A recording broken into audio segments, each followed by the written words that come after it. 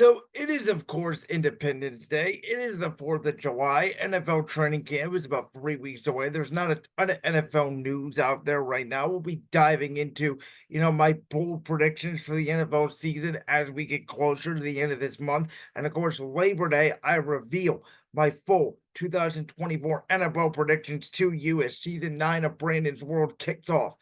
But this story, I just want to talk about for a couple minutes. It sort of caught my attention that Malik Hooker pretty much publicly chastised Micah Parsons for doing a podcast.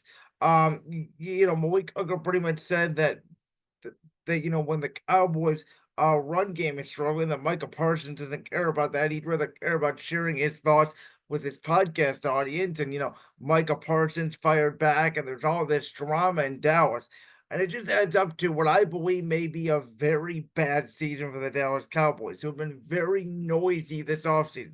From Dak Prescott publicly saying, yes, I want to get paid $60 million, to the talk of who's going to get paid first, whether it's CD Lamb, who needs a new contract, Micah Parsons, who needs a new contract, Dak Prescott, who needs a new contract, Mike McCarthy, who's in the last year of his deal, saying that he's fed up with Jerry Jones. All of that equals publicity, which equals disaster. The quietest teams in the NFL are successful because they don't make a lot of noise, which kind of worries me a little bit this year about the Kansas City Chiefs as well. I'm not here to hold a double standard because they've had a very noisy offseason. They try to go for their three-peat. But it brings up an interesting question because obviously I'm in the podcast space. You're listening to Brandon's World right now. And as somebody a little bit older, if not younger than Micah Parsons, but around the same age, I can attest to, when I was younger, even when I first started this podcast or when I had my other YouTube, personal gaming hobby channel, yes, I would be upset and flustered and, wanted to know what everybody thought. And I took criticism way too heavily. Now, as you get into this space and as you get comfortable and under your own skin, it doesn't bother me as much. Sure, I love interacting with you guys who, comment on the YouTube or post in the Spotify or do whatever and give me positive stuff. I don't love embracing with the negative as much, though if it's a clever negative and I can find a clever response, I will, but I don't want it to bother me so much. I do think, you have veteran players out there now in the NBA, guys like Draymond Green, Patrick Beverly, now in the NFL, you have Micah Parsons. Obviously, the Kelseys have their podcast. Everybody has a podcast now.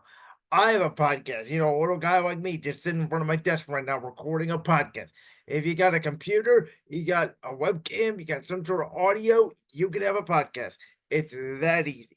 But podcasting and being informative is about, being right, being informative, being entertaining, being different than everybody else.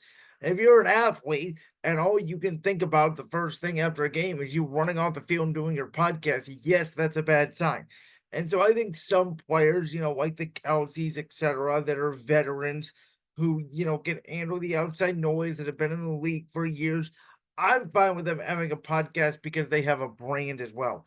Micah Parsons may be a great defensive player, but every year he's been in the league, he's seemingly been picked for Defensive Player of the Year and does something at the end of the year where he does not do it. And I'm not just saying this as a Philadelphia Eagles fan, but look at his numbers. He's very Aaron Donald like. Dominant at the beginning of the season, not as dominant at the end of the season, which would concern me if I'm Dallas. Again, if I'm the Cowboys, you got to pay him. You got to pay an edge rusher. Dak Prescott, again, he may be a B plus, but around the Trevor Lawrence range, he's gonna, the market's gonna command $60 million. CD Lamb may be the odd man out, even though receivers are great. We've seen in Kansas City, you don't need great wide receivers to win Super Bowls. You need one great weapon, running back, tight end, etc.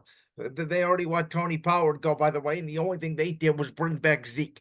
So I don't know what Dallas is doing. There's a lot of drama. There's not a good look between Malik Hooker, who's now a veteran in the league, and Micah Parsons. This is going to have to be talked about at training camp. And if the Dallas personalities can get over that and everybody's fun and winning, then yes, podcasts can be great. But when you say something, when you pull back the curtain, you don't want to be that guy because even though it's public, your teammates will listen to every word you say. And if you say one little thing wrong, you're in the moment, you're thinking what you're really thinking. it could blow up your whole season. So we saw it last year with JJ Redick and LeBron doing a podcast. Well, now obviously their head coach and teammate, they're not going to continue that anymore.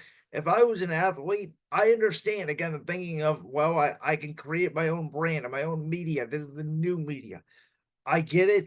I would not do it as an athlete until I have, bona fide superstar status, a LeBron, a Kelsey, a Mahomes, a Giannis, even, a Jokic, one of those. I don't think Micah Parsons has reached that level yet. Like that clip from the Brands World podcast? If so, make sure you go down there and hit that subscribe button. While you're down there hitting the subscribe button, make sure to also hit the notification bell so you never miss another upload. And make sure you check out all the other clips from the Brands World podcast right here on YouTube.